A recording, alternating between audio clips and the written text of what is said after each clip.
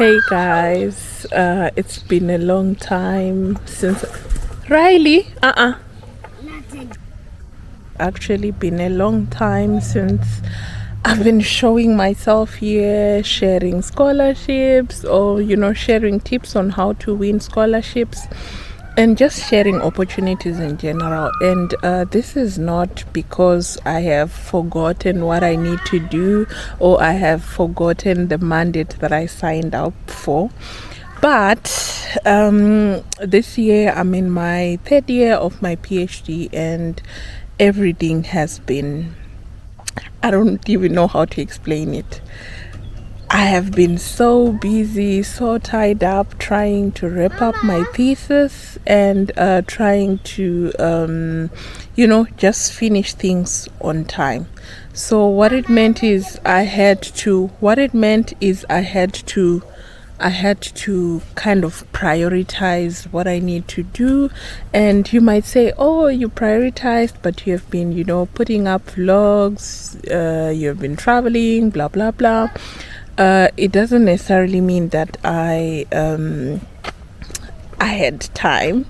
Those vlogs already, when I was recording them, like I didn't do much of editing and everything. It didn't take me time to really research and all of that, which is what I do most of the times. When I bring a scholarship, I take time to research, I take time to look for alumni who have taken the scholarship, listen to their experiences, and then when I share it with you, I am 100% sure that this is correct, this is exactly the information that you need. So I will be back, but now let's get into exactly the reason why I am recording this video. So initially I had scheduled to submit my thesis by 30 June.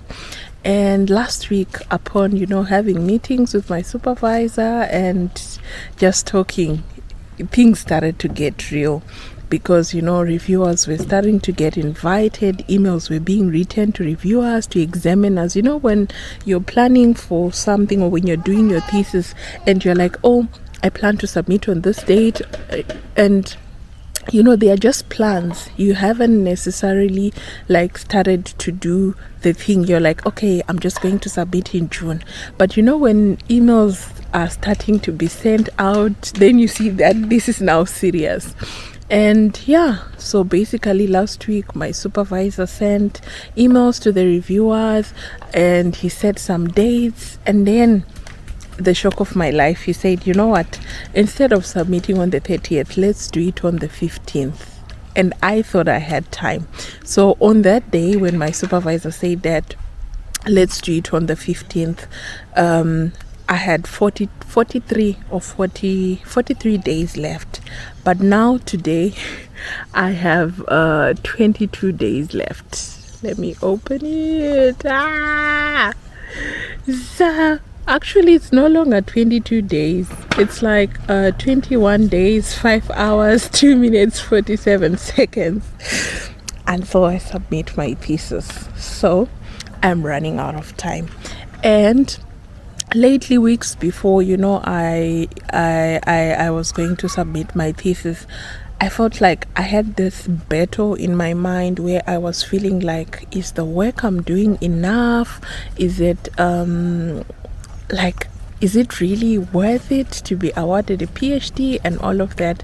And I was just battling in my mind, and I had these fears that I thought I just started battling with a lot of things in my mind. And I'm here to tell you that if you're going through something like that, based on the experiences that I asked some people, they said, you know what, that's how it is sometimes. That's how you feel. You start to question, is my work enough? And when you start doing that, it means that you are towards completion and you are doing the best that you can. So basically, that's how I was feeling. But lately, after last week, after the emails were sent and everything, honestly, I started to be serious. So this is what I'm doing. I started to reread my thesis again from chapter 1 And for those who might be asking, what type of thesis are you going to submit? So I'm going to submit a cumulative thesis, which will be made up of, peer-reviewed papers that I am a first author of. So I would have my chapter 1, which is the general introduction, whereby I introduce my topic, I review some of the key things in my thesis, and then after that I will insert my first paper and then my second paper, and then I would have the general discussion. But in my case, my story is not complete with only 2 papers, so I already have a third one which is under review, which I'm going to insert in my thesis, and a 4th one that I'm about to submit, so that the story can be complete.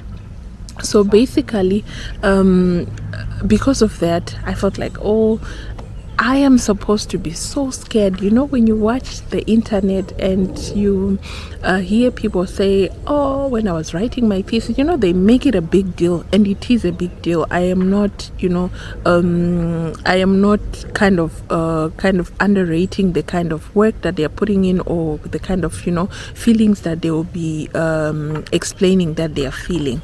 But what I realized is that if you do the work from first year, if you start working on your thesis from first year, in the 3rd year, it will seem like maybe you're not doing a lot of things. Is this how it's supposed to be? In my case, that's what exactly I was feeling.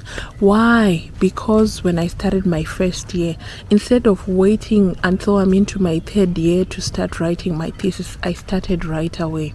That meant as I was doing literature review and working on my first and my second paper, each time I am rigorously working on it, I would then feed back all that information into my main thesis. So you would find out by the time we started this year, I had a solid chapter 1, the general introduction, because each time I was working on my first paper, I would feed into the thesis. Each time I was writing my second paper, I would also feed into the thesis as well. So it became a little bit easier for me, and I think to some extent I had this mindset that I had seen on the internet, whereby people are saying, the pressure and everything, and at some point I wasn't feeling that pressure, so it felt like maybe I'm doing something incorrectly, or maybe I'm not doing something right. So it took one of my friends who I sit with in our office to really tell me that, you are not feeling this simply because you put in the work when you started the first year, and it started to make sense and all of that. So if you're out there and you're a first year PhD student, and you're like, I still have time, I can still do this later, blah blah blah, I would like to advise you to work on the skeleton of your thesis as you are working on your first paper or on your first objective. It makes it easier, because honestly, of course, I'm doing a literature review and other things, but I don't think I will do it to the extent I did when I was building my first paper, or when I was building all of the papers that are constituting my thesis. So I'm just, sitting down here, just letting you know that proper planning and being proactive can actually remove a lot of pressure from your 3rd year or from your 4th year. And this is an exception to those who do lab work and experiments. Yes, of course, as you are doing that, when you get bored with doing your lab work and your experiments, please just ensure that you also do a little bit of writing, because if you do all of the writing, if you want to do all of the writing in your 3rd year, it's gonna be stressful, because writing can be boring. So for me, basically, I did not have lab work, but what did I have? I had computer lab, because my work was more of bioinformatics. So each time I get so tired about writing scripts or running scripts or my code, then I would turn into writing. So it was more like a sandwich thing, so that I didn't get bored, and it really took off a lot of pressure out of my schedule. So I just thought I should put it out there. If you stumble upon this and you're a PhD student, this is me just sharing the number of thoughts that I had. And then another thing that I realized is that until you submit, you keep on, improving, rereading your work, and it's very important. So imagine if I was doing things last minute and I wouldn't have time to reread my work every now and again as I am doing right now. I think maybe my final product wouldn't be as much more better than if I was doing it, under pressure. So what am I trying to say is try not to do things last minute, because as you continue to read the work, as you continue to revisit the document, honestly, there'll be times that you look at the document, you're like, no, I am not enjoying this. Like, I know this, I've read this. And then there will come a time when you sit down and you read it and you see, those silly mistakes, you see those things that you need to improve. And honestly, the past 2 months, that's what exactly I've been doing to my thesis. And my supervisors were always laughing because I would give them a draft and then they will look at it, and then the next time I'm like, this thing has actually changed a little bit, let me give you the current version. And it really, really helped to some extent. So if you're a PhD student, make sure that you write your thesis and you give your time to read it as many times as you can, because you will find it really gets, it really gets better the more you read it, the more you adjust. And I'm really grateful that I gave myself time to do that. And last week, honestly, I I looked at my document and I looked at my chapter 4, and I literally decided I really need to rearrange this based on like the readings that I was doing on the internet and all of that. And I actually did it. I had time. Imagine if I had seen that maybe 3 days towards my submission, it would have been chaotic.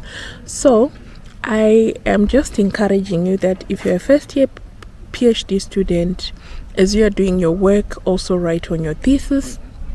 And if you're a second year PhD student and you're like, oh, I haven't really started, you still have time, you can start now. It really helps as you rounding up. So yeah, I think this is the update I have 22 days before I submit my thesis. And yeah, on the other hand, I'm sitting here in the park and my son is playing, and honestly my mind is not here. My mind is on the document that I left at home. And that's part of the life before you finish your PhD. But sometimes we have to show up and ensure that we are, showing up for our kids. So I'm doing the best I can to show up for my son, to show up for my, for myself as well. And we'll see each other. I don't know the next time I'll have time to really discuss how I'm feeling before the submission of my thesis. But this is 22 days before I submit my thesis, and I can't end this video without being grateful for the journey and being grateful to God for where He has taken me and where He's going to take me. And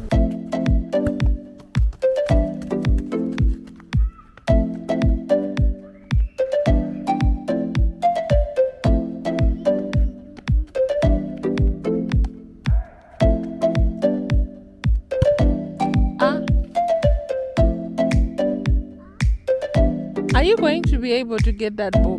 Mira, Shago. Mira.